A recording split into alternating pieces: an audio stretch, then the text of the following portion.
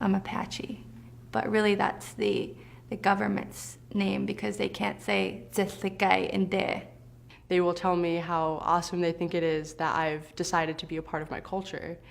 And it's funny to me, it like hits me really weird and I don't like it, and I didn't know why at first, but it's because I haven't decided to be a part of my culture, I live it every day. I'm more comfortable with the term Native, divorced from Native American. I know there are people who use Indigenous, and if there is one term I do not like to be called is American Indian. And for me, to be Indigenous is to have an intimate and interconnected relationship to a homeland. And so that's really important because land is, tied to every aspect of who we are.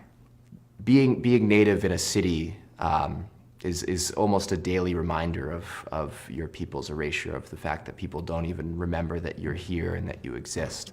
But what I did encounter was just this preconceived notion that all Native Americans are dead.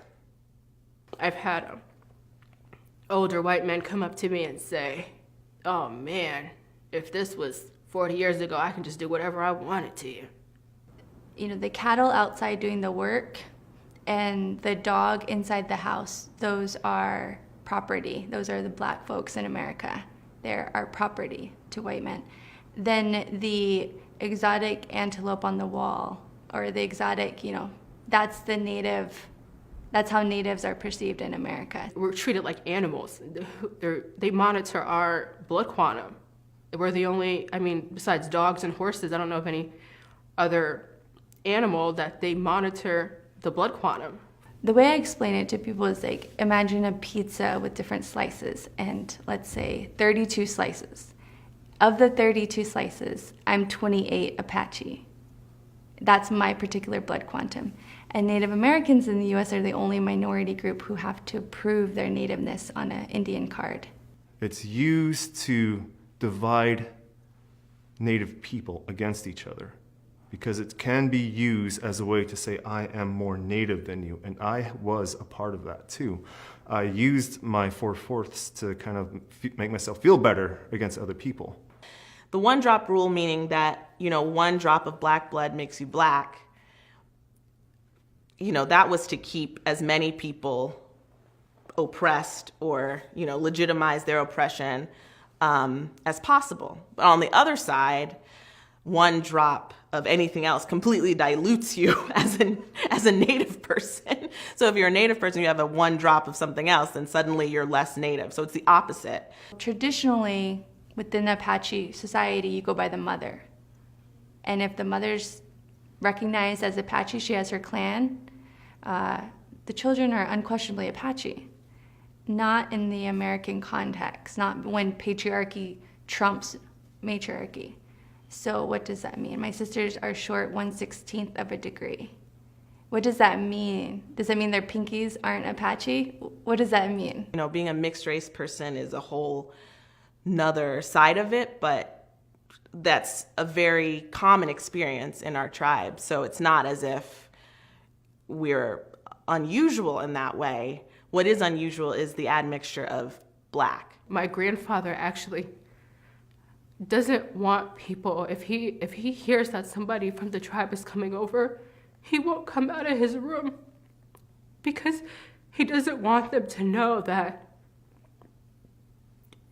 he's that complexion. That he doesn't want me to be affiliated with having African American blood, but I say it.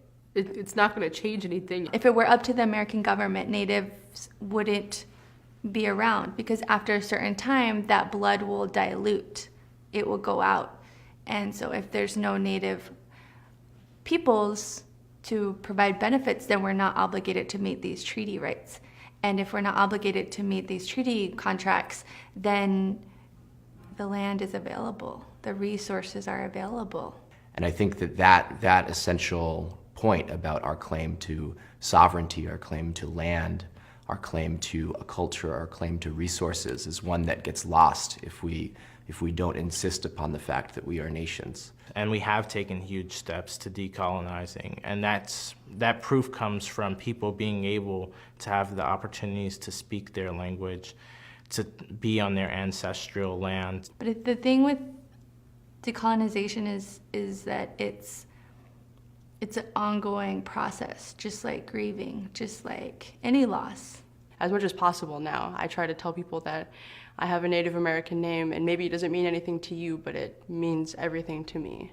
My name maybe doesn't have a romanticized Hollywood Indian name, but my name has more meaning than that. My name means that my family survived. My family survived disease. My family survived Catholicism. My family survived settler colonialism, and my family, they survived. I survived. My existence is resistance. Me saying my name is Skiam Tulks, that is resistance in and of itself.